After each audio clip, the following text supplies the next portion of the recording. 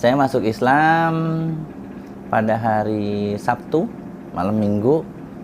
Kalau nggak salah tahunnya tahun 1991 itu. Usia saya sekitar, saya karena lupa bulannya ya, sekitar 13-14 tahun waktu itu. Dengan kakak kandung saya, kakak kandung laki-laki. Dia lebih dulu memeluk Islam. Yang didebatkan itu tentang konsep ketuhanan, trinitas lah, biasalah gitu kan. Kalau dibandingkan dengan konsep ketuhanan dalam Islam, yaitu tauhid. Surat Al-Ikhlas lah pastilah. Makanya jangan malu membaca surat Al-Ikhlas. Surat Al-Ikhlas itu adalah konsep ketuhanan yang luar biasa.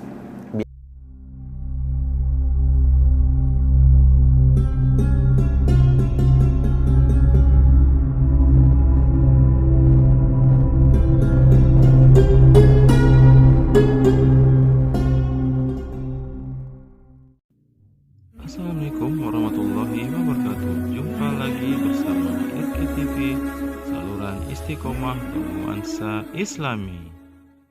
Assalamualaikum warahmatullahi wabarakatuh. Saudara-saudara seimanku,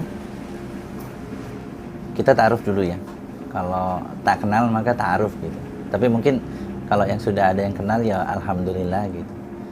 Nama saya Muhammad Abdul Aziz, atau lebih dikenal dengan sebutan Ko Aziz atau Ko Aziz Lu atau Muhammad Lu. Jadi ya saya biarkan sajalah mau manggil apa gitu, nggak masalah. Yang penting nggak salah alamat kayak gitu. Jadi biasa lebih dikenal dengan sebutan Ko Aziz Lu atau Ko Muhammad Lu. Saya tinggal di Jakarta Barat. Profesi utama saya dai. Profesi sampingannya servis komputer. Ini kebetulan berada di ruang di meja komputer ya. Profesi selanjutnya trainer kuda, jadi ngelatih kuda. Saya ngajarin berkuda, juga memanah. Tentang profesi utama kenapa dai gitu ya. Karena kita sehari-hari itu memang tugas utama kita adalah untuk berdakwah, untuk mendakwakan Islam itu sendiri. Nah, kalau ada yang tanya, gimana kok dengan kejelekan-kejelekan kita sehari-hari kalau semua kehidupan kita dijadikan bahan dakwah gitu? Masalah human error seperti itu jangan terlalu dipikirin. Jadi memohonlah kepada Allah agar kita tidak melakukan human error seperti itu, tidak melakukan keburukan-keburukan gitu. Jadi yang kelihatan itu adalah kebaikan-kebaikan.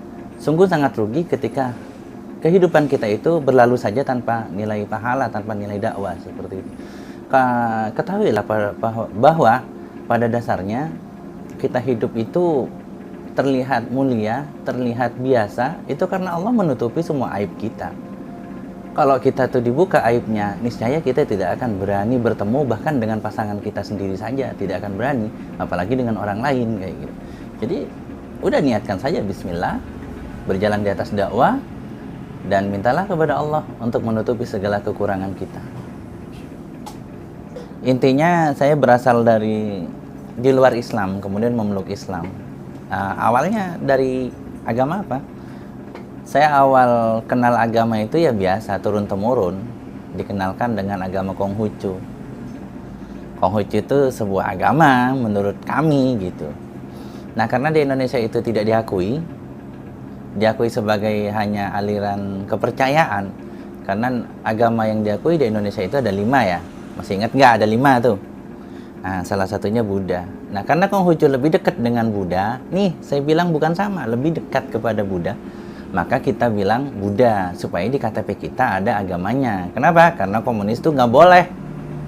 Dari dulu nggak boleh, dilarang gitu. Kalau kita nggak punya agama, berarti kita hitungannya komunis gitu. Jadi kita pilih salah satu agama perkara menjalankan aliran kepercayaan, no problem gitu. Nah, itu pada waktu kita kecil. Maka pilihlah kita Buddha. Nah, permasalahan timbul ketika kami ini udah sekolah. Karena kenapa? Kalau kami pilih Buddha, kami nggak punya nilai. Di kolom agama itu nggak punya nilai. Maka dicarilah yang terdekat apa gitu kan. Yang terdekat maka dipilihlah Kristen gitu. Dan yang terdekat lagi apa? Katolik apa Protestan? Maka dipilihlah Protestan yang terdekat. Oh, apakah jauh dari musola? Enggak. nggak jauh. Justru paling dekat itu dengan musola dan masjid-masjid. Nah, kenapa kok saya diperbolehkan memilih Protestan, tetapi tidak diperbolehkan milih Islam? Nah, itu ada sejarahnya. Jadi intinya saya masuk Islam itu melalui perdebatan, di mana perdebatan tentang konsep ketuhanan. Nah, nih saya bocorin sedikit. Setiap agama itu mempunyai pondasi terkuat, itu adalah konsep ketuhanan. Perhatikan kata-kata saya ya. Setiap agama mempunyai pondasi terkuat adalah konsep ketuhanan. Ketika seseorang memeluk agama, kemudian konsep ketuhanannya yang dia yakinin buat dia itu goyah, maka keimanannya kan goyah. Ketika seseorang itu meyakini konsep ketuhanan dari sebuah agama itu kuat, maka konsep keimanan dia akan kuat. Nah, seperti itu. Makanya kenapa perdebatan itu pertama yang terjadi adalah udah pasti konsep ketuhanan.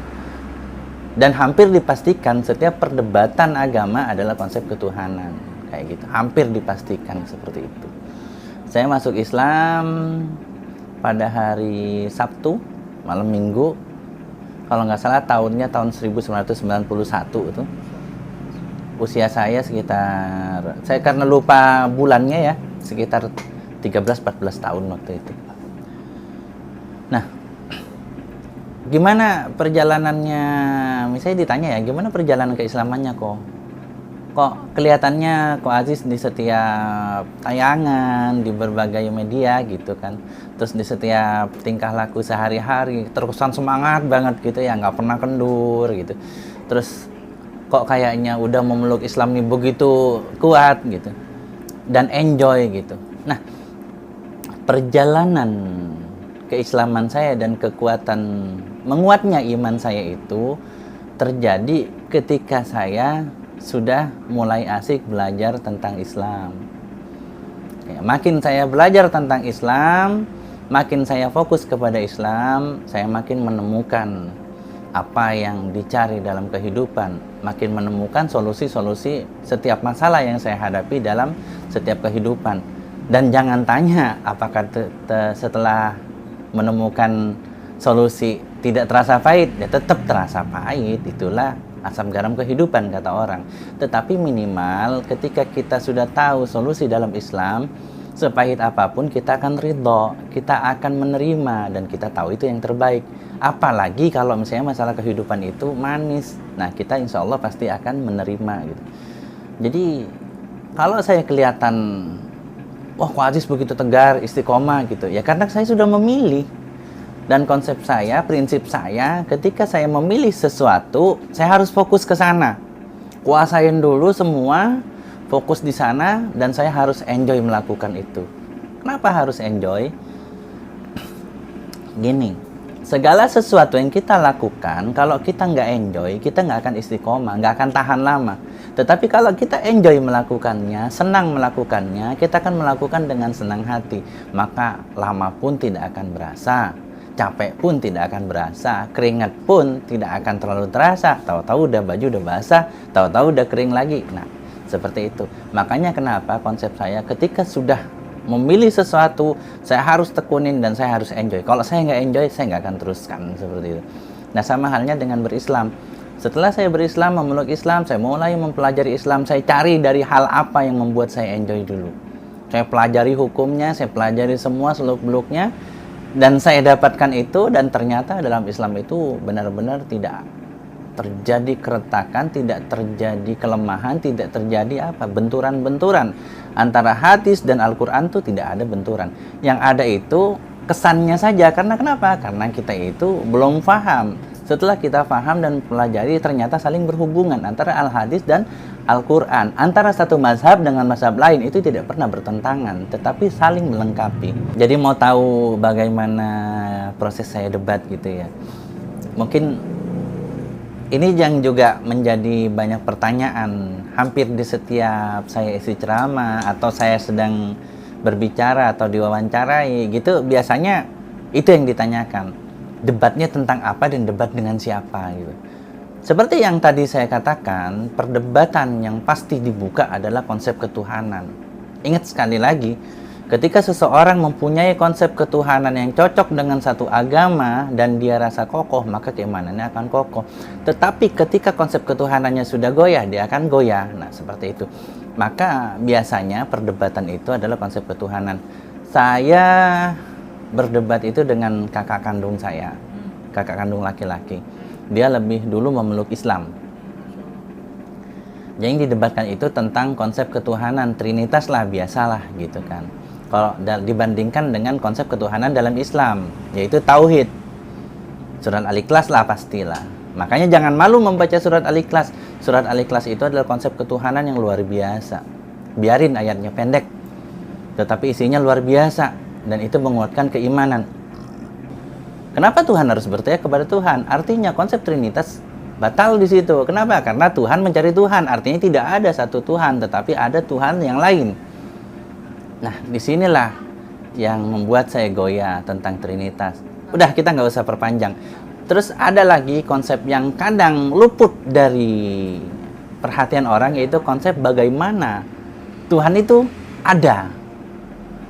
Ini juga diperdebatkan. Begini, dalam konsep yang ada, Yesus adalah Tuhan. Ya, Yesus Tuhan. Terus Bapa adalah Tuhan.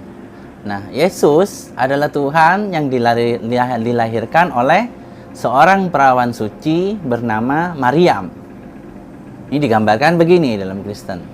Nah, sekarang dalam Islam, ini kita kan perbandingan kan, debat perbandingan. Dalam Islam, Yesus itu adalah Isa. Isa dilahirkan oleh perawan suci yang bernama Maria. Cocok di sini. Cocok di sini, yang melahirkan siapa? Cuman perbedaannya, kalau dalam Islam itu Isa atau Yesus ini adalah messenger Allah, adalah Rasulullah. Dan Maria ini perawan suci, hamba Allah yang taat.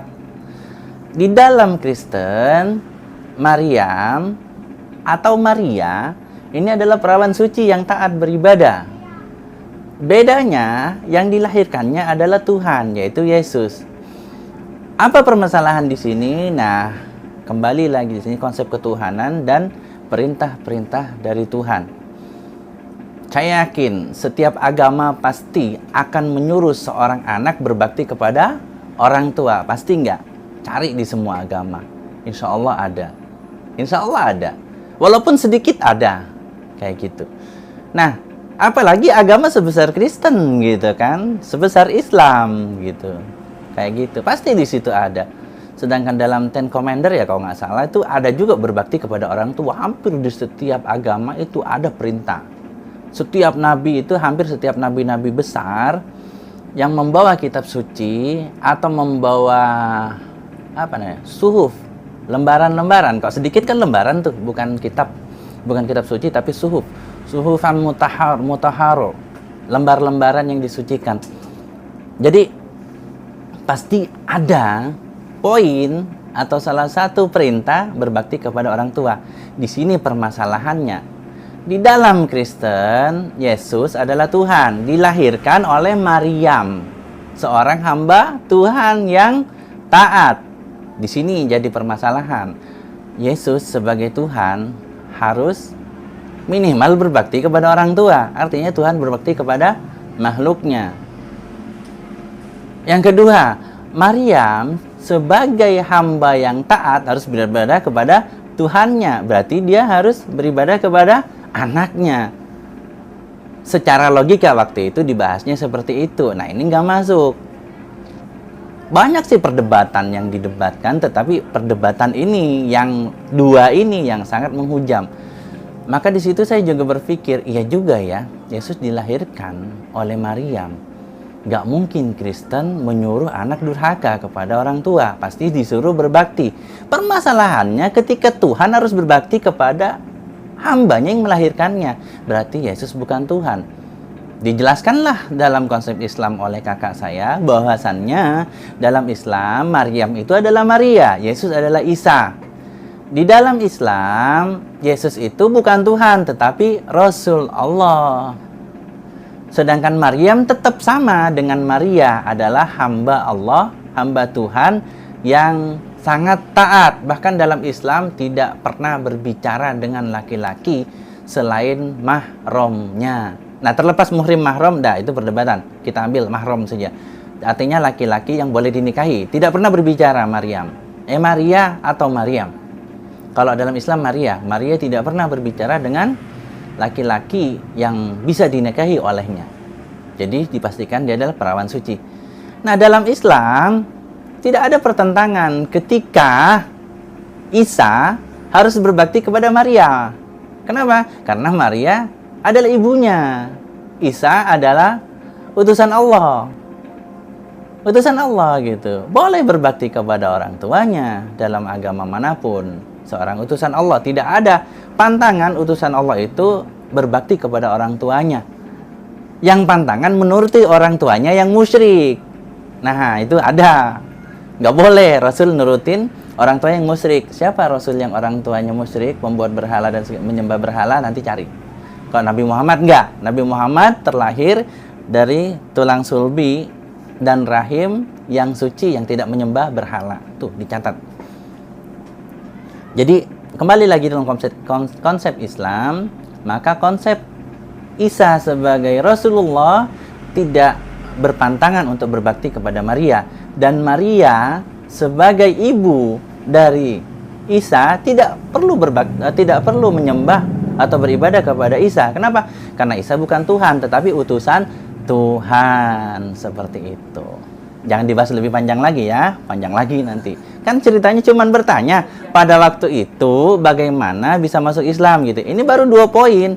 Jadi poin-poin yang didebatkan tuh banyak sebenarnya, nggak cuma 2. Tetapi yang paling menonjol itu. Jadi perbandingan konsep Trinitas dengan Tauhid, terus perbandingan konsep ketuhanan Yesus yang dilahirkan oleh Maryam dengan konsep kerasulan Isa yang dilahirkan oleh perawan suci bernama Maria.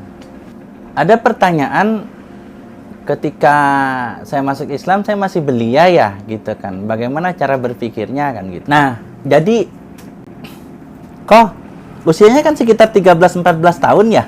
Nah, sekarang saya mau tanya. Kenapa Islam itu mewajibkan seorang anak itu beribadah ketika usia baligh? Yaitu ketika usia 13-14 tahun. Tahu pertanyaannya? Tahu apa jawabannya? Pena menulis dosa itu diangkat dari anak kecil hingga dia itu baligh, hingga dia mimpi basah, hingga kalau wanita adalah haid ya, haid kayak gitu. Kalau haidnya lama ya sudahlah, berarti bonus buat dia, penanya diangkat gitu kan. Karena ada yang haidnya sampai 15 tahun baru haid. Kenapa gitu? Karena pada proses remaja itu orang itu sudah mempunyai akal yang lengkap, bisa mencerna mana baik mana buruk. Seperti tadi konsep. Sekarang mau tanya, Tuhan itu pencipta siapa? Dunia. Semua segala sesuatunya, maha kuasa? Pasti. Lemah? Enggak. Kenapa? Kalau lemah, ketika Tuhan sakit, maka dunia hancur. Ketika hancur, gimana nasib kita? Makhluknya gimana nasibnya? Siapa mau jaga? Logika gak? Kira-kira anak 10 tahun bisa mikir gak? Bisa. Apalagi 13 tahun. Apalagi orang-orang cerdas gitu kan. Orang ada yang memang terlahir sudah cerdas gitu, bahkan sangat cerdas. Ada yang terlahirkan biasa saja. Itu memang ada sebuah bonus ketika seseorang itu dilahirkan dalam kondisi kecerdasan lebih. Tapi pada umumnya ketika anak itu sudah mulai balik, dia sudah bisa membedakan baik dan buruk. Sudah bisa seperti itu. Nah, ketika saya diajak debat seperti itu, Tuhan Maha Kuasa, nih kita ajak logika saja. Pada waktu itu, Tuhan Maha Kuasa. Kemudian, apakah Tuhan itu makan? Nggak mungkin. Kenapa? Kalau makan, dia tergantung terhadap sesuatu. Kalau dia nggak makan, artinya sakit. Maka dia lemah. Masuk logika? Masuk. Bisakah anak kecil melogikakan itu? Jangankan yang nggak balik, yang belum balik deh, 7 tahun. Bisakah orang melogikakan bahwasanya ketika dia nggak makan dia akan lemah, dia akan lemes? Bisa. Apalagi anak sudah 13 tahun. Jadi ketika 13-14 tahun itu kita sudah mulai berpikir, Gampangnya gini. Anak-anak laki-laki, ini kita berbicara laki-laki saja karena yang diwawancarain saya laki-laki. Saya tidak berbicara tentang wanita karena saya nggak haid. Laki-laki ketika sudah melihat lawan jenisnya itu matanya nggak berkedip, udah berpikir bagaimana kalau memiliki istri, sudah mulai tertarik dengan lawan jenis. Pada saat itu akalnya sudah mulai berpikir. Nah, seperti itu. Jadi sudah mulai bisa berpikir. Bagaimana tanggapan keluarga gitu ya. Ini ada hubungannya dengan tadi. Ketika kami sudah masuk sekolah, kami harus memilih agama kan untuk nilai di sekolah. Nah, ketika memilih agama itu, kami harus memilih 5 yang ada di Indonesia. Berarti Konghucu nggak masuk, masuknya aliran kepercayaan. Maka kami memilih Buddha. Ketika masuk sekolah, kami harus butuh nilai. Nggak ada lah tempat ibadah Buddha, tempat kami gitu kan. Akhirnya pilihnya Protestan yang paling dekat. Kok nggak ke masjid? Nah, ini sekarang kejawab. Jadi gini, dalam mindset image itu gambaran ya. Mindset itu apa sih mindset sih? Pola pikir yang sudah terbentuk gitu ya. Bahwasannya Islam itu kere. Jujur, dalam orang Cina pada zaman dulu, saya berbicara zaman dulu aja, biar aman gitu loh, biar nggak ada yang somasi gitu. Ini pada zaman dulu kan nggak ada kamera waktu itu, nggak ngerekam, sekarang doang ngerekam. Jadi pada zaman dulu itu, biar nggak tegang bro, gitu.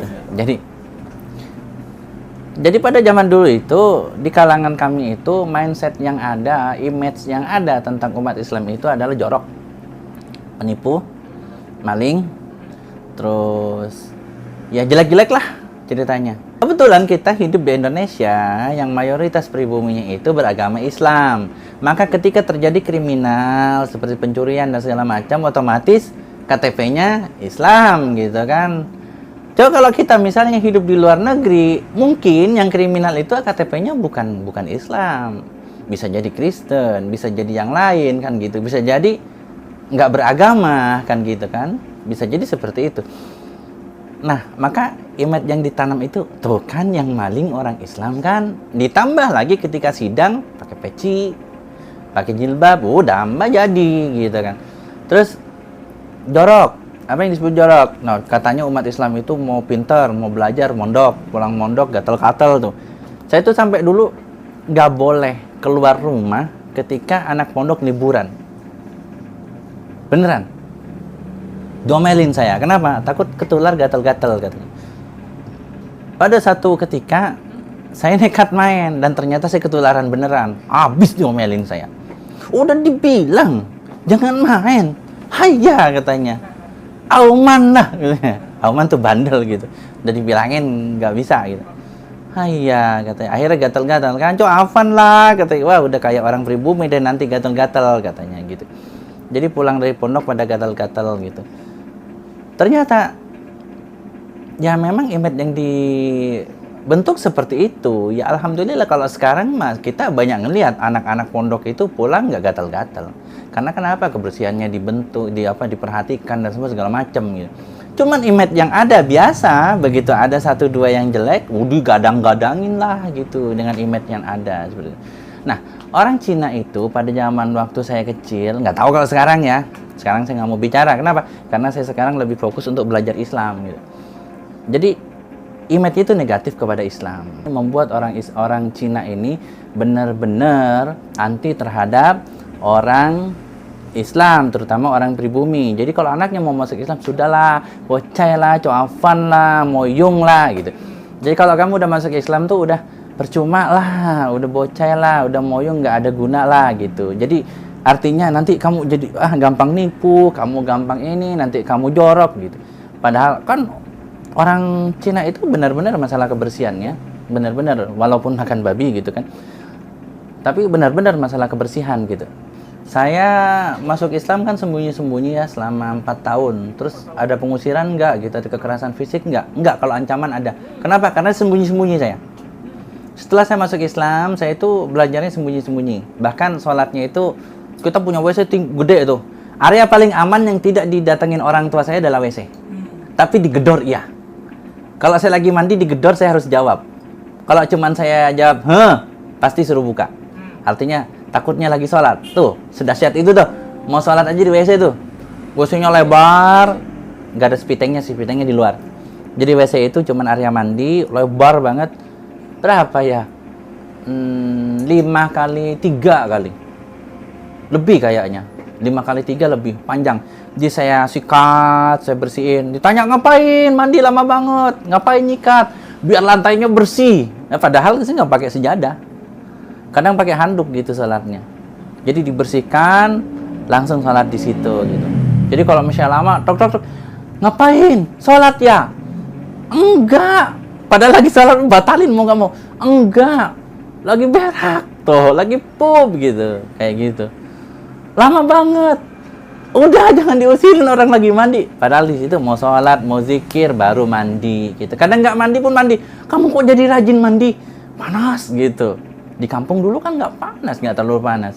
Jadi alasan banyak. Pak, area paling aman itu adalah di WC. Makanya saya sering sholat di WC waktu itu. Ini kondisi darurat loh ya. Nggak darurat jangan, nggak boleh. Nah, saya mau tanya sama kalian. Kalian ini kalau nggak sholat dipukul apa kalau sholat dipukul? Kalau saya sholat diganggu. Nah, saya ngumpet. Kenapa ngumpet? Kalau saya ketahuan muslim, mama udah ngancam. Lebih baik kamu jangan jadi anak saya. Saya udah nggak punya anak kalau kamu masuk Islam. Ya itu udah bocah lah, udah jadi Fanny lah, gitu, jadi pribumi, gitu. Udah nggak ada harapan. Karena kenapa? Harapan untuk menikahkan saya dengan orang-orang Chinese yang lain, dengan anaknya teman-temannya itu nggak ada. Kalau saya udah masuk Islam. Jadi sebenarnya orang Islam itu kan sangat menjaga nasab juga kan ya. Nikah harus sama orang Islam juga nikah juga harus sama orang Cina juga kayak gitu. Bener-bener kayak gitu. Kenapa? Karena orang Islam, orang-orang Cina itu juga ngerasa dia dari suku tertinggi. Kenapa? Karena dia suku naga. Kenapa dinamakan suku naga? Karena dia areanya itu cuman di tengah samudra gitu kan, tengah laut. Dia mampu hidup. Artinya gue orang khusus gitu pilihan.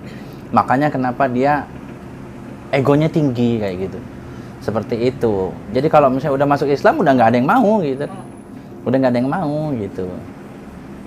Ngakunya saya terang-terangan saya sudah masuk Islam itu ketika saya SMA kelas 2. Nah, ketika itu selama saya SMA kelas 1, saya sekolah di Jember, saya susun kekuatan. Saya belajar ngaji di sana, saya sholat bebas di sana gitu. Sampai di rapot saya itu tulisannya kan agamanya Islam, saya suruh coret. Bu, kalau saya ditulis sama Kristen, tulis Islam, habis saya diusir. Saya mau tinggal di mana? Saya nggak bisa apa-apa gitu. Tapi sama guru saya nggak ini, cuman dicoret, ditulis Kristen di atasnya. Jadi kebetulan wali kelas saya kurang memperhatikan itu gitu. Ya alhamdulillahnya orang tua memprotes doang, kenapa ini tulisannya Islam? Itu kan dicoret. Nah waktu itu telepon susah ya, nggak bisa teleponan gitu. Saya sekolahnya jauh kan dari rumah gitu. Dari Jember ke rumah itu 30 kilo lebih. Kayak gitu. Jadi ya di sekolah itu saya bilang tolonglah, sampai saya ngomong ke guru BP juga, ini tolonglah rapot saya digantilah jadi Kristen aja, jangan Islam. Tetap nggak diganti, cuma dicoret doang, ditulis Kristen di atasnya. Nah saya ngumpet-ngumpet, ya alhamdulillah diterima sama orang tua, dimaklumi karena saya alasannya karena semuanya Muslim 100%, jadi tulisnya kan negeri gitu. Jadi ini saya ditulis juga Islam gitu. Nah terus selama itu saya ngaji gitu kan, ditanya dapat nilai dari mana, kan ada guru Kristennya gitu. Jadi nilainya dari guru Kristen. Nah, emang ada guru Kristen, ada tiap hari Jumat di sekolah SMA 2 itu, SMA 2 Jember itu ada untuk khusus orang Kristen. Nah saya bilangnya itu gitu, ya berbohongnya saya di sana. Kalau saya ngasih tahu ya habislah saya. Padahal kalau Jumatan saya Jumatan, yang kebaktian gitu loh. Jadi selama 1 tahun di sana, saya ngaji, saya banyak teman, saya ada ustadz gitu. Nah, terus saya ngomong ke ustadz, orang tua saya sekarang pindah ke Jakarta, saya harus pindah ke Jakarta, ini udah diomelin, harus pindah, katanya biar deket. Ya tahu, biar nggak masuk Islam maksudnya gitu, biar bisa diawasi. Gimana nih gitu, gimana nih Tat gitu.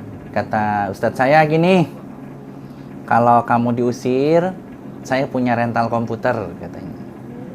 Nah, kamu tinggal di atas, bantuin saya jaga rental, tak kasih gaji, tak kasih makan, tak sunatin sekalian ya, katanya. Pulang dari Jakarta, tak putus sunatin sekalian.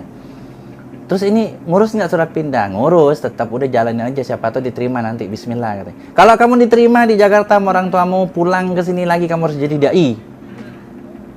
Kata Ustadz saya, harus jadi dai katanya. Boh, jangan gitu mas. Kan saya manggil Ustadz saya kan mas. Jangan gitu mas, nanti saya gimana? Saya alif-alifan aja nggak becus gitu. Nanti bisa kamu, udah bismillah, niatkan saja. Saya belum ngerti waktu itu. Ya sudah, saya nerima aja apa kata guru. Ya bismillah, saya jadi dai nanti pulang ke sini. Akhirnya ke Jakarta tuh. Ke Jakarta, ketok rumah, diantarlah sama ini, sama yang bimbing saya ngaji biasanya. Jadi diantar, saya ketok pintu, saya bilang, "Mah, saya diterima nggak? Kalau saya diterima, saya masuk. Kalau nggak diterima, saya pulang lagi ke Jember." Kata mama, "Apaan? Kamu kesambet? Ngomong apa?" Mama pasti tahu yang saya omongin. Sekarang saya mau tanya sama mama. Kalau saya diterima, saya masuk ke dalam rumah. Saya anak mama. Kalau nggak diterima, saya pulang lagi ke Jember. Ini ada yang nganter saya langsung ikut dia. Di Jember sudah ada yang mau nerima saya, mau nempati saya juga mau langsung sunat di sana. Pulang dari sini sunat di sana. Dan satu saat ketika saya sudah dewasa, saya sudah punya sesuatu, saya akan datengin mama dan papa. Saya tetap anak mama, anak papa. Dan Islam itu menyuruh berbakti kepada orang tua. Saya akan datengin dan berbakti kepada mama papa, walaupun mama papa nggak mau. Tapi sementara saya akan tinggal di Jember. Diem mama saya. Nih diusir percuma, kagak diusir udah masuk Islam gitu kan. Dan saya kebetulan karakternya keras ya. Anak bontot, keras, bandel. Dah lengkap saya tuh. Sering nggak dikasih, sering lambat ngisi di transfer uang gitu. Dulu kan pakai wesel tuh. Wesel sering telat, saya mampu bertahan hidup. Mampu bertahan hidup saya. Kayak gitu. Jadi dipikirnya percuma, apalagi ini sudah ada yang mau nampung kan gitu.